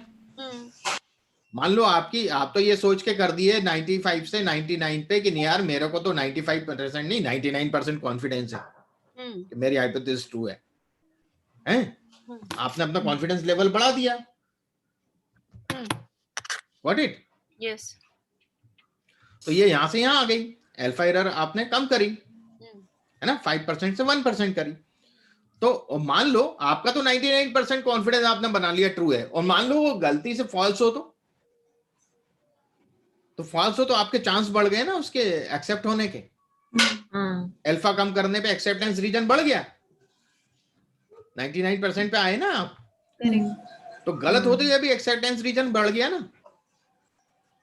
गलत का भी एक्सेप्टेंस रीजन, गलत होने पर भी वो एक्सेप्ट हो रही ना 1% पे, पहले तो सही था कि रिजेक्ट हो रही थी गलत होने पे।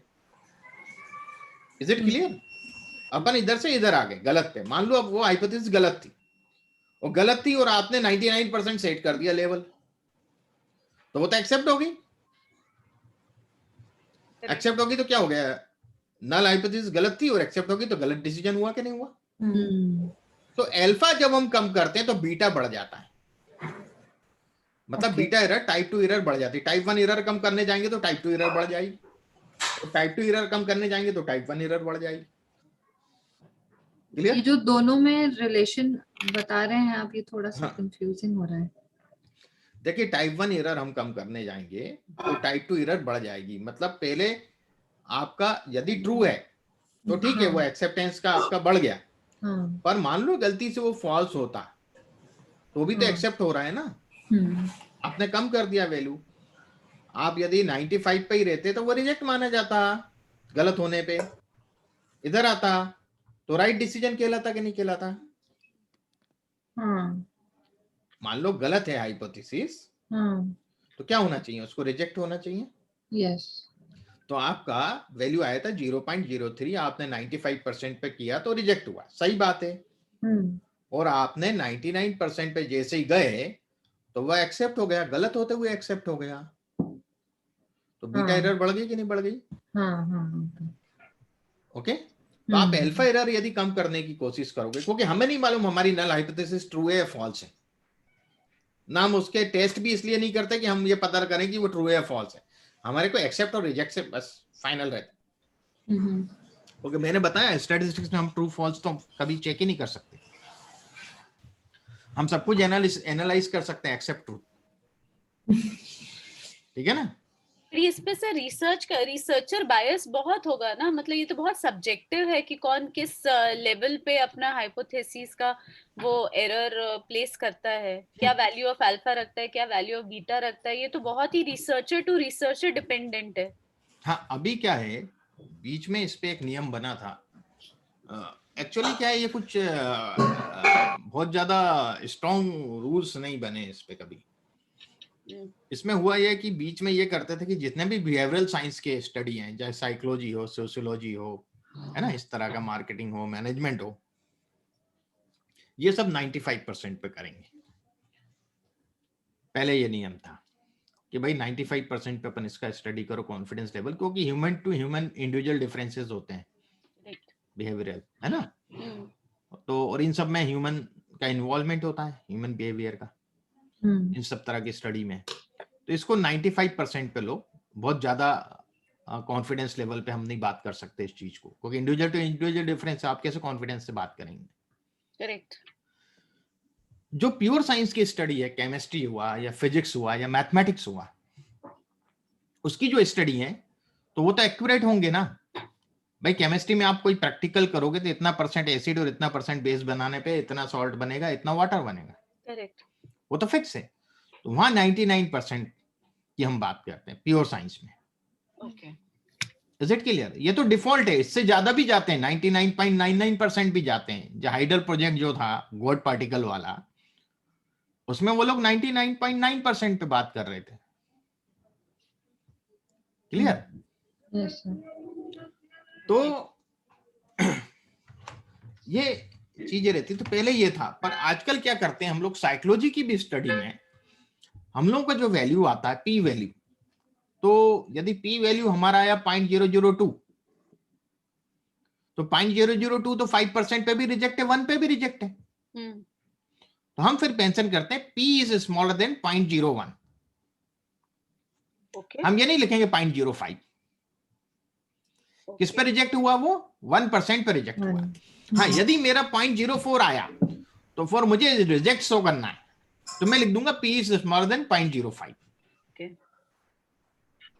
फिर वहां 0.01 नहीं लिखूंगा, 0.01 लिखूंगा तो वो एक्सेप्ट हो जाएगा ना। करेक्ट। तो हम रिजेक्शन में तो चलने देते हैं ऐसा, है ना। जो भाई जो 1% पे रिजेक्ट है तो 5 पे ऑलरेडी है, तो हम लोग मेन तो 5% पे कंसंट्रेट करते हैं, पर जब इंटरप्रिटेशन में हम लोग टेबल वगैरह में लिखते हैं तो वो इस हिसाब से लिख देते हैं, ठीक है। पर हमारा लेवल होता है 5% मेन। क्लियर? जो 1% पे रिजेक्ट है तो 5 पे तो रिजेक्ट है ही ना, तो हम 1 पे रिजेक्ट लिखते हैं, पर वो 5 पे तो ऑलरेडी है। ये चीज है। तो 5% और 1% का ये कंसेप्ट है। बिहेवियरल साइंस में हमेशा 95% पे जाया जाता है। ठीक है, आपके साइकोलॉजी में जो होगा ना जितना भी 95% पे होगा, 99 पे नहीं होगा।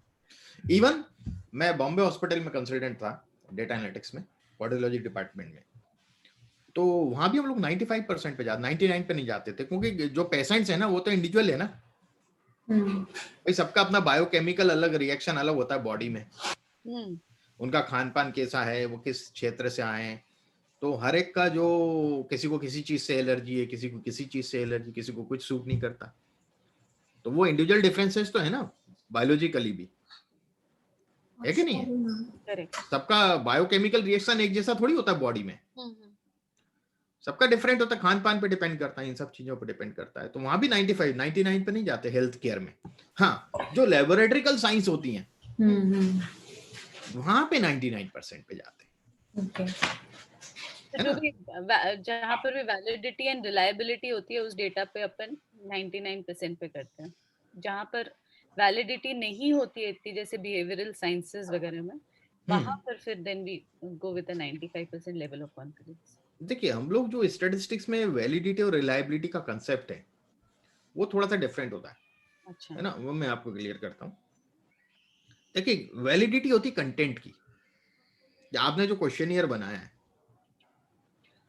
वो आपका कितना वैलिड है कि नहीं है, वो क्वेश्चंस वैलिड है कि नहीं है ना, that is we check the validity of the content of your tool. है ना, आप लोग साइकोलॉजी में टूल बनाते हैं, जो भी क्वेश्चनियर बनाते हैं, पहले तो हम उसको ये तो चेक करें कि वो वैलिड है कि नहीं है, और उसको वैलिड करने का, वैलिडिटी चेक करने का जो तरीका होता है, हम 10-12 एक्सपर्ट्स के पास वो क्वेश्चंस भेजते हैं और उनको 5 पॉइंट रैंकिंग या जो भी एक रैंकिंग का हम लोग बनाते हैं, उस हिसाब से वो लोग उसको मार्कअप करते हैं। और जो क्वेश्चंस हमें ज्यादातर लोग बोलते हैं कि ऐसा नॉट सेटिस्फाइड होते हैं, हम उन क्वेश्चंस को हटा देते हैं और रिमेनिंग पे फिर हम लोग उसकी वैलिडिटी चेक करते हैं। कंटेंट वैलिडिटी का एक टेक्निक है, एक प्रोसेस है, उसके थ्रू हम लोग चेक करते हैं, वो मैथमेटिकल कैलकुलेशन है। एक कंटेंट वैलिडिटी आ जाती है हमारी कि हाँ इतना पॉइंट, इतना इतना सो मच हमारी कंटेंट वैलिडिटी आ गई। दूसरी चीज आती है रिलायबिलिटी। रिलायबिलिटी जो है वो डेटा की होती है। आप जो डेटा कलेक्ट करते हैं ना क्वेश्चनियर के थ्रू, तो वो डेटा आपका कितना रिलायबल है। यदि आपने लिकट टाइप क्वेश्चन पूछे हैं 5 पॉइंट लिकट टाइप स्केल पे, strongly disagree, not certain, agree और स्ट्रांगली एग्री वाला क्वेश्चनियर आप भरवा रहे हैं, वो क्या करेगा, आदमी किसी पे भी टिक कर सकता है ना भाई। यहाँ यदि क्वेश्चनियर आपके हाथ में और आप क्वेश्चन पूछ रहे हैं, सही तरीका वो होता है कि क्वेश्चनियर आपके हाथ में होना चाहिए और सामने वाला साथ में बैठा हो सामने, और उससे दूसरी भी बातें करते करते बीच बीच में आप क्वेश्चन पूछते जाएं, तो वो अनकॉन्शियसली आपको राइट आंसर देगा। ये तरीका होता है। जनरली होता क्या, अपन लोग गूगल फॉर्म पे निकाल दिया, लोगों के दे दिया कि भैया भर के दे देना, तो वो क्या बात, नाम वाम टेलीफोन नंबर सही डालेगा जो डेमोग्राफिक है क्या, और बाकी जहां आपका चालू हुआ लिकट टाइप स्केल, वो इसको टिक इधर टिक टिक टिक, हम पे भी ऐसा करते हैं। तो वो जो डेटा आपके पास आया वो कितना वैलिड है, उसकी वैलिड नहीं, वो रिलायबल है, वो कितना रिलायबल है, उसकी रिलायबिलिटी को चेक करते हैं हम लोग। डेटा की रिलायबिलिटी, यदि कोई भी डेटा 60% से ज्यादा रिलायबल है, 0.6 से ज्यादा उसका अल्फा आ रहा है, तो हम समझते हैं कि वो डेटा को हम आगे एनालिसिस के लिए यूज कर सकते हैं। कई जगह 0.7 भी बोलते हैं, पर 0.6 है कुछ पेपर्स में, तो 0.6 से यदि ज्यादा है अल्फा, तो हम उस डेटा को आगे एनालिसिस के लिए यूज कर सकते हैं, रिलायबल है। Got it? Yes, sir. Sir, one question. So you have mentioned Z test and P test. तो इसमें मतलब वो क्वेश्चन में they will mention कि कौन से टेस्ट से कैलकुलेट, आपको खाली टी टेस्ट है, टी टेस्ट है, मैन विटनी यू टेस्ट है, नॉन पैरामेट्रिक में एनोवा है, अच्छा है ना, काई स्क्वायर है, ये 4-5 टेस्ट हैं जो अपन करेंगे। अच्छा मैन, ओके फाइन, ठीक है, यहाँ तक समझ में आ गया आपको? Yes sir. कि ये जो टाइप 1 टाइप 2 एरर आपने पूछा था अभी किसी ने मुझसे, ठीक है, अब इसका आप थ्योरी पढ़ेंगे ना आपके कोर्स से, आपको समझ में आ जाएगा Yeah, Kritika, do you have the book with you right now? I have research method. Yeah, I do. वो, So like, yeah, just get no. There is this paragraph about type 1 error which I. चलिए मैं बताता हूँ मेरे पास है। तो वो type 1 error या type 2 error का एक बार आप पढ़ दीजिए ना, उसमें कुछ चीज थी जो समझ नहीं आया था। ठीक है, मैं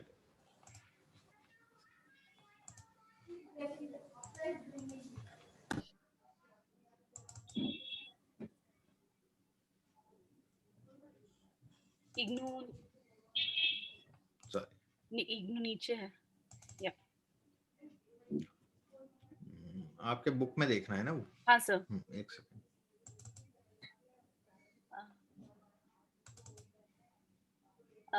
बुक 1 चैप्टर 2 है शायद, सर चैप्टर 2 है। ये तो पैरामेट्रिक नॉन पैरामेट्रिक है, वो देखना। चैप्टर 2 होगा। चैप्टर 2 है। इसमें डिस्क्रिप्टिव इन्फेरेंशियल है। हाँ, इसमें हाइपोथेसिस ही है सर नीचे। हाँ, टाइप 1 एरर, टाइप 2 एरर है ना। हाँ। सो एक में सर आप उसमें जाइए ना, डेफिनेशन में।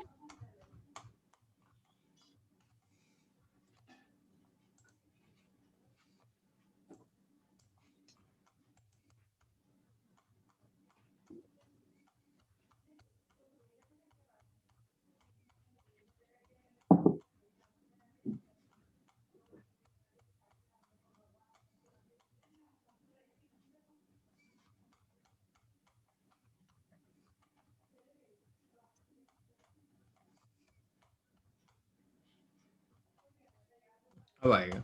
हाँ।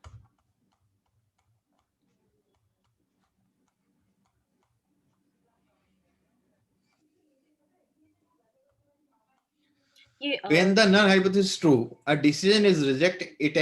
It is an error, and this kind of error is known as the type 1 error in the statistics. ये ठीक है सर। है ना? The probability of making a type 1 error is denoted by read as alpha. है ना? ये नहीं है, alpha है ना, जो मैंने लिखा था। The null hypothesis is rejected if the probability P of its being correct does not exceed the P. यही मैंने बताया, P is that greater than 0.05 or greater than. So the higher the chosen level of P for considering the null hypothesis, the greater is the probability of type 1 error. आप 0.05 से आप मतलब जैसे 0.01 की जगह 0.5 लिख रहे हैं तो आपका रिजेक्शन रीजन बढ़ा ना। ये P was the level of confidence. हाँ, वही जो P वैल्यू जो अपन ले रहे हैं ना, हाँ, वो लेवल ऑफ कॉन्फिडेंस का है। लेवल ऑफ कॉन्फिडेंस के लिए बात कर रहे हैं। Level of significance, level of significance 0.05 0.01, confidence level तो 95 99 होता है। एंड वो किससे डिनोट करते हैं? नहीं, उसके लिए कुछ नहीं है, वो कॉन्फिडेंस लेवल ही लिखते हैं। अल्फा अपन खाली इसको लेवल ऑफ सिग्निफिकेंस के लिए यूज करते हैं। तो लेवल ऑफ सिग्निफिकेंस के लिए हम अल्फा एंड पी दोनों यूज करते हैं। नहीं, पी जो वैल्यू है वो ये बोल रहा है कि the null hypothesis rejected if the probability P is being correct does not exit the P. मतलब क्या होता है कि P का वैल्यू यदि आपने 5% लिया हुआ है तो 5% पे आप चेक कर रहे हैं, लेवल ऑफ सिग्निफिकेंस 5% लिया है तो आपके पास एक्सेप्टेंस रिजेक्शन रीजन बढ़ा हुआ है ना, इधर 5% एरिया मिल रहा है ना आपको रिजेक्ट करने के लिए। यदि आप P को कम करते हैं, देखिए the higher the chosen level of P, higher यानी 5% आपने चूज किया हुआ है 1 की जगह, 1% पे आपका रिजेक्शन एरिया कम होगा कि नहीं होगा? यस। 5% पे ज्यादा होगा रिजेक्शन एरिया। तो वो बोल रहा है कि higher the chosen level of P for considering the null hypothesis the greatest the probability of type 1 error. तो यदि आपकी हाइपोथेसिस सही है, ट्रू है, और आप 5% पे उसको टेस्ट कर रहे हैं और आपका वैल्यू 5% से थोड़ा सा कमाया, 0.4 0.3 0.2, मतलब 0.01 से ज्यादा है, 0.01 से ज्यादा है, 0.02 0.03 0.04 ऐसा है, तो आपका तो 5% पे रिजेक्ट हो गया ट्रू होते हुए भी, क्योंकि आपका वैल्यू 0.05 से कम है। तो वो यही बोल रहा है कि the higher the chosen level of P for considering the null hypothesis the greater is the probability of type 1 error. अच्छा, टाइप 1 एरर के चांसेस बढ़ जाते हैं। यदि आप P बड़ा लेंगे तो टाइप 1 एरर के चांसेस बढ़ जाएंगे। मतलब हमने P छोटा लेंगे, P छोटा लेंगे तो टाइप 2 एरर के चांसेस बढ़ जाएंगे। ठीक है, आगे समझ में? Yes sir.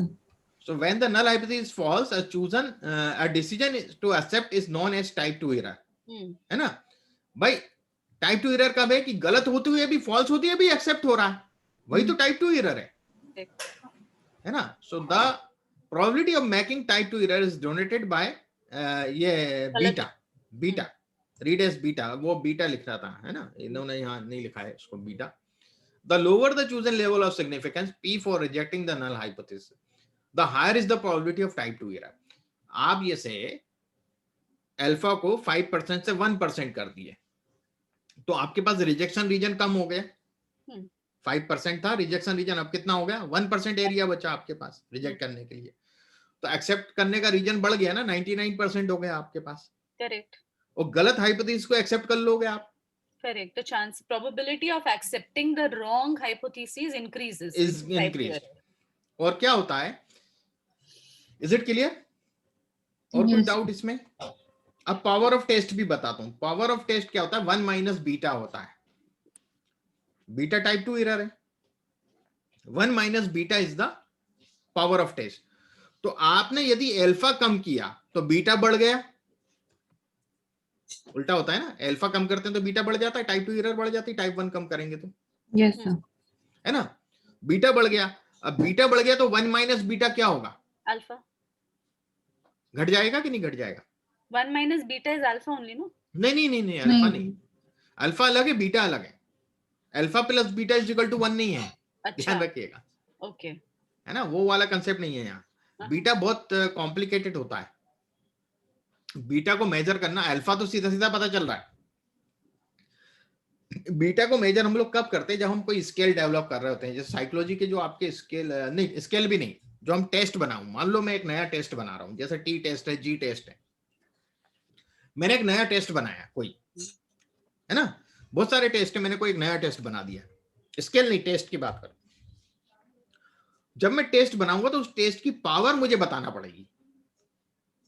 उस पावर को मेजर करने के लिए बहुत से अलग अलग क्राइटेरिया होते हैं. तो वो मतलब कभी नहीं, मतलब जो टेस्ट बनाया है ना उसी टाइम होता है वो बहुत बड़ा, मतलब बड़ा झमेला वाला काम, कॉम्प्लिकेटेड होता है पावर ऑफ टेस्ट मालूम करना. So power of beta calculate करना, सॉरी. तो जो यदि आप अल्फा कम कर रहे हैं तो बीटा बढ़ रहा है, ये बात तो पता है आपको. अब बीटा बढ़ रहा है तो 1 माइनस बीटा क्या होगा? कम होगा, ज्यादा होगा? कम होगा. तो मतलब आप जितना अल्फा कम करोगे उतना पावर ऑफ टेस्ट भी कम होगा. यदि आप अल्फा 5% ले रहे हैं तो आपका पावर ऑफ टेस्ट अच्छा है. टेस्ट की आपकी जो पावर है जो यूज हो रही है, टी टेस्ट आप कर रहे हैं, तो टेस्ट की पावर जितना अल्फा बड़ा होगा उसकी ज्यादा होगी, क्योंकि एरर कम हो रहा है. हाँ, करेक्ट. ओके. वो टाइप 1 एरर कम हो रहा है, that is why the test power is increasing. Correct. नहीं, अल्फा जितना बड़ा होगा तो alpha is type 1 error, right? हाँ, टाइप 1 एरर. तो अल्फा जितना बड़ा होगा पावर ऑफ टेस्ट उतनी अच्छी होगी. 5% पे पावर ऑफ टेस्ट ज्यादा होगी 1% की अपेक्षा. क्लियर हुआ कंसेप्ट? ओके. मतलब 5% पे power of test greater than 1% alpha. So the probability of committing type 2 error is designated by beta. Therefore, 1 minus beta is the probability of rejecting null hypothesis when it is false. Okay. So this probability is known as the power of statistical test. ठीक है?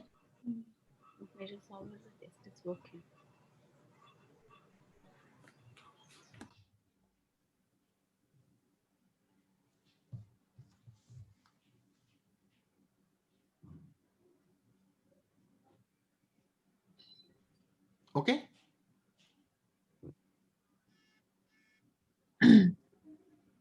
समझ में आया? यहां तक नहीं आया? Sir I think practical करके और आएगा. हाँ, प्रैक्टिकल करके आ जाएगी वो चीजें, कोई दिक्कत नहीं है इसमें. तो मैं समझता हूँ आज के लिए इतना sufficient. Yes sir. Yes sir. अभी बहुत थ्योरी है इसमें, ऐसा नहीं है, थ्योरी बहुत है, अपन करेंगे कवर इसको. क्योंकि अभी आप जैसे स्लाइड को देखेंगे तो अभी तो अपन ने यही देखा है. फिर इसके बाद अल्फा लेवल कैसे चूज करना है वो तो मैं बता ही चुका हूँ कि आजकल बिहेवियरल साइंस और उसके हिसाब से अलग अलग है. और फिर हमें ये देखना है कौन से टेस्ट कब यूज होते हैं. ये एग्जाम तक सब कवर हो जाएगा ना? हाँ, अरे सब आराम से हो जाएगा. मतलब ऐसा रहे कि मेरे को तो 25-26 साल हो गए हैं, तो मुझे मालूम है कि कितना कोर्स है, किस हिसाब से करना है, सामने पार्टिसिपेंट्स का क्या लेवल है, तो उस हिसाब से उस सीढ़ी पे उतर के ही मैं समझाता हूँ फिर. ये अब आपकी तो बहुत ज्यादा डिटेल्ड है, हमको तो ये सब की अभी जरूरत नहीं है ना नहीं, हमारे। जरूरत नहीं है, पर मैंने शेयर इसलिए कर दिया, इन फ्यूचर आपको श्योर श्योर सर। कभी मतलब चीजों की जरूरत पड़े, इतना अपन को है नहीं, पर ये तो बहुत डिटेल्ड है। करेक्ट। क्योंकि मेरे जो कमर्शियल जो कोर्सेज चलते हैं, जैसे मैं अपग्रेड में हूँ, मेरे खुद के चलते हैं साइफर एनालिटिक का के वर्ल्ड वाइड ऑनलाइन सेशंस, तो उसमें हम लोगों को काफी डिटेल रहता है, क्योंकि उसमें सब साइंटिस्ट वगैरह भी रहते हैं काफी। तो ये तो अभी क्या मेरे पास थोड़ा सा टाइम था, मैंने इस महीने ज्यादा बुक नहीं किया, मेरे यहाँ मैरिज है रिलेटिव में, तो मैं इस महीने थोड़ा सा कम, कोई भी मैंने अपने वर्कशॉप नहीं रखे पर्सनल। तो हम लकी हैं सर, हमको आप मिल लोग गया लकी बस हैं घर। कि वो इन बिटवीन वो माधवी मैडम है, मैं एक परिचित, उन्होंने वो उससे बात करवाई, जो आपके सेकंड ईयर की एक स्टूडेंट है, पार्टिसिपेट नहीं किया उन्होंने, बस हाँ। वो अलग से पढ़ेंगे वो लोग, अच्छा तो हाँ। उनका डिसर्टेशन वगैरह भी है ना, तो वो भी समझना है उनको। तो वो मैं इत्तेफाक से सर बाय फ्लूक मैं सेकेंड ईयर के ग्रुप में इंक्लूड हो गई। उनको पता नहीं क्यों लगा कि मैं सेकेंड ईयर को बिलोंग करती हूँ, तो मैं उस ग्रुप में इंक्लूड हो गई हाँ एंड हाँ उसमें आपका जिक्र निकला, तो हाँ हाँ मैंने एक तरीके से आपको पोच कर लिया वहां से सेकेंड ईयर के लिए। थैंक यू रित्या। तो मैंने कहा कि why not, I mean just क्योंकि हमें तो अर्जेंसी ज्यादा है, उनको तो प्रोजेक्ट सबमिशन में भी टाइम है। टाइम है उनको, टाइम है अभी, हाँ इनको 2-3 महीने का टाइम है, करेक्ट। सो आई 2-3 थॉट कि महीने का व्हाई टाइम नॉट है। Crash course. तो सर आप इस सीजनैलिटी के हिसाब से हर साल हाँ अपना दिसंबर के आसपास का टाइम अगर फ्री रखें तो आपको बहुत सारे क्रैश कोर्सेज मिल सकते हैं। हाँ, ये मेरे को अभी समझ आया। I know. नहीं, मेरे पास क्या हुआ था, डीएवीवी का साइकोलॉजी का बहुत बैच अभी तक मेरे साथ है वो। अच्छा। आप जैसे ही सब उसमें लोग हैं, ज्यादातर तो फीमेल्स ही होते हैं, हम्म, तो वो मैं जब एक कॉलेज में था विजिटिंग, तो वहाँ एक थी मेरी कलीग, तो उनका ग्रुप था, वो सब डीएवीवी से उन्होंने साइकोलॉजी एमए करना चालू किया। तो स्टेटिस्टिक्स का मैं प्रोफेसर था, तो मेरी जो कलीग थी वो इंग्लिश पढ़ाती थी वहाँ, वो कह रही सर वो हम लोगों को कुछ पढ़ना है, मैंने कहा आ जाइए आप लोग। तो वो बैच आज तक वो लोग पीएचडी कर रहे हैं, उनमें से कुछ कर चुके हैं और कुछ अभी पीएचडी चल रहा है, मतलब इस बात को हो गए 7-8 साल तब से।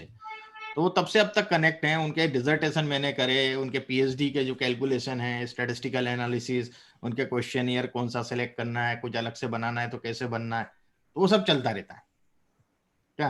बढ़िया है सर। तो काफी, जैसे कोठारी मैडम है डीएवीवी में, उनसे मैं मिला नहीं हूँ, पर वो जिनका भी पीएचडी का काम होता है वो मुझे रिफर कर देते कि परमार जी को से मिल लो आप, तो वो करवा देंगे आपको। चलिए बढ़िया है सर। तो वो चीजें रहती हैं कि देखो ग्रुप बन जाता है ऐसा क्या। हाँ। सर हम भी प्लान कर सकते हैं कि नेक्स्ट एमफिल पीएचडी हाँ, लॉन्ग। एमफिल से अब तो बेटर है आप जीवन का पीएचडी करें। सबसे बड़ा एमफिल तो वर्क हट भी गया ना सर। हाँ, वो तो अब कोई मतलब नहीं है एमफिल का, अब तो पीएचडी इज बेटर। हम्म आप पीएचडी का ट्राई करें, डीएवी में तो बहुत अच्छे ऑप्शन है, अभी तो धर साहब के यहाँ से भी हो रहा है, जानते हैं ना उपेंद्र धर को आप, वैष्णव के वाइस चांसलर हैं जो। तो वहाँ भी हो रहा है, मेरे 1-2 हैं कैंडिडेट वहीं से कर रही हैं, मेरे पास वो एनालिसिस के लिए आया हुआ उनका। ठीक है तो सर, ये थोड़ा स्टैट्स डीमिस्टिफाई हो गया, वो बहुत जरूरी था बिकॉज अदरवाइज हाँ, आई डोंट थिंक सो मैं तो क्लियर कर पाती है पेपर। नहीं वो रहता है थोड़ा, क्या एक तो डोमेन नहीं है ना, मैथमेटिक्स है तो आदमी वैसे ही क्या है कि लोग घबराते हैं, जो साइकोलॉजी वाले हैं या दूसरे सब्जेक्ट हैं, बिहेवियरल साइंस में गए, वो वैसे ही मैथ से घबराते हैं थोड़ा सा। नहीं एक्चुअली सर इसमें इशू क्या है, आई टेल यू। अब हमें पढ़े हुए कितने, कृतिका 20 साल हो गए हैं, हाँ कृतिका सही है। बैचमेट है एक्चुअली। सो हमें 20 years back we studied this. Hmm उसके बाद क्या है, हमारी प्रैक्टिकल लाइफ में कुछ कुछ हम्म थ्योरीज तो चलिए अप्लाई हो जाती है, बट समहाउ स्टैटिस्टिक्स का कभी there has never been any hmm inclusion so as to speak. तो हम्म वो of course out of touch हो गए, और हम लोग यही डिस्कस करते कि हमने ये कभी पढ़ा है कि नहीं पढ़ा है, बट जब अपन सम सॉल्व कर रहे हैं तब लग रहा है कि हाँ this was something which we did, but हाँ, प्रैक्टिकल लाइफ में हमारा इम्प्लीमेंटेशन नहीं रहा है सब्जेक्ट। अच्छा अच्छा, नहीं हो जाएगा धीरे धीरे, आप साइकोलॉजी में आएंगे। वो साइकोलॉजी की तो मैं बोलता हूँ कि सोली स्टैटिस्टिक्स है, बिना स्टैटिस्टिक्स के तो कुछ होता ही नहीं है साइकोलॉजी में। आपको रिसर्च पेपर लिखना, कुछ भी लिखना है, स्टैटिस्टिक्स सब जगह लगेगी, करेक्ट। तो वो चीजें रहती हैं। तो मैं अभी भी काफी, जो आपका साइकोलॉजी है, काउंसलिंग साइकोलॉजी की जब अपन बात करें तो काफी एमएसएमई में यूज होता है, तो वहां भी आपको क्वेश्चनियर एम्प्लॉइज के भरवाना है, ये करना है, वो बहुत सी चीजें रहती हैं, और कैलकुलेशन तो सब जगह होगा कुछ ना कुछ, और आप सिग्निफिकेंट निकालना ही पड़ेगा ना भाई, तब तो आप रिसर्च आपका होगा ना, उनको कुछ एनालिसिस का रिजल्ट दे पाओगे। तो वो सब चीजें क्या है रिक्वायर्ड रहती हैं। हाँ, और अपने यहाँ क्या है स्टैटिस्टिक्स को शुरू से इतना अच्छा समझा नहीं गया। अब तो डेटा साइंस और डेटा एनालिटिक्स के कारण लोग स्टैटिस्टिक्स की तरह लोगों को पता चला हाँ स्टैटिस्टिक्स का इतना डेप्थ है। नहीं तो पहले मीन मोड मीडियन पे तो खत्म हो जाता था मामला, उसके आगे जाते ही नहीं थे। Absolutely. तो वो चीजें हैं। तो मेरा तो क्या है माइंडसेट शुरू से ही, जब मैं 12th में था मैं पीजी के स्टूडेंट्स को स्टैटिस्टिक्स पढ़ाता था। Okay. मैं बाय बर्थ बोलते हैं लोग मुझे कि you are the by birth statistician. Wow. मैं ब्लड में है मेरे, अच्छा, मैं एमए मैथमेटिक्स हूँ, स्टैटिस्टिक्स नहीं हूँ। पर मेरा स्टैटिस्टिक्स में कोई पीएचडी स्टैटिस्टिशियन भी आ जाए तो उससे ज्यादा होल्ड है हर चीज पे, क्योंकि मेरा माइंडसेट डेटा ऐसा है और मैं सोचता उसी तरह। मैंने पढ़ा बहुत है, मैंने स्टडी बहुत किया स्टैटिस्टिक्स को, भले ही मैंने डिग्री नहीं ली उसमें, पर मैंने उसको पढ़ा इतना है कि पीएचडी वाले भी पानी भरने लगते हैं, क्योंकि वो नेचुरल नॉलेज है ना। और मैं पढ़ के मैं समझ जाता हूँ उस चीज का, इमेजिनेशन कर लेता हूँ। जैसे अभी मैंने आपको वो बताया किंडल पे मैंने ज्यादा काम नहीं किया, पर किंडल का मैंने आपको बताया ना कि इंटरसेक्शन कम होंगे तो अच्छा ज्यादा आएगा, इंटरसेक्शन ज्यादा होंगे तो कोरिलेशन कम होगा। तो ये मैंने कोई ऐसा पढ़ा नहीं कहीं, पर एक विजुअलाइजेशन मैंने सोच के उसको कन्वर्ट किया, और वो अभी किया आपसे जब बात कर रहा था उसी टाइम। तो ये थिंकिंग प्रोसेस है कि मैं उस चीज को उस एंगल से समझ पाता हूं, मेरा दिमाग उस चीज को पकड़ पाता है। तो ऐसी बहुत सी चीजें हैं कि जो मैंने डेवलप करी, और बाद में मैं देखता हूँ कि हाँ यार ये तो इंटरनेशनल रिसर्च पेपर में इनमें भी ऐसा किया था, मैं तो ये पहले कर चुका हूं।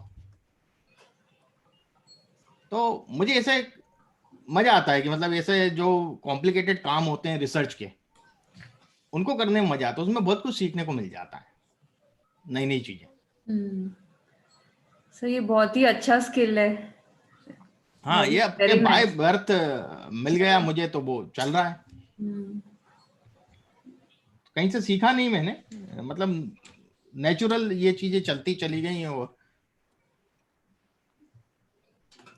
चलिए, चलिए sir, have a good day. Thank you. आप संडे एंजॉय करें, कहाँ कर पाएंगे, कल पेपर है आपका।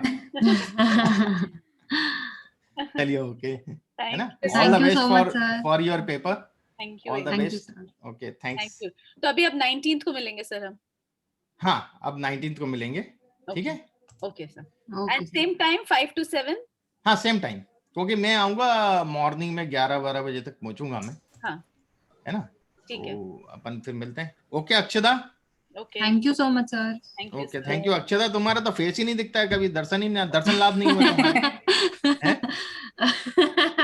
सर होंगे होंगे जल्दी आई होंगे। थिंक चलिए ठीक है, 19 के बाद दर्शन लाभ हाँ। लेंगे। ओके अभी थोड़ा सा संडे ऑयल लगा के बैठी हूँ आज तो। अच्छा अच्छा ठीक ठीक, ओके थैंक्स ठीक है sir, everyone, thank you so much. Thanks Kritika. Okay Okay, thank you, sir. Ritiya, bye sir. Bye. Okay.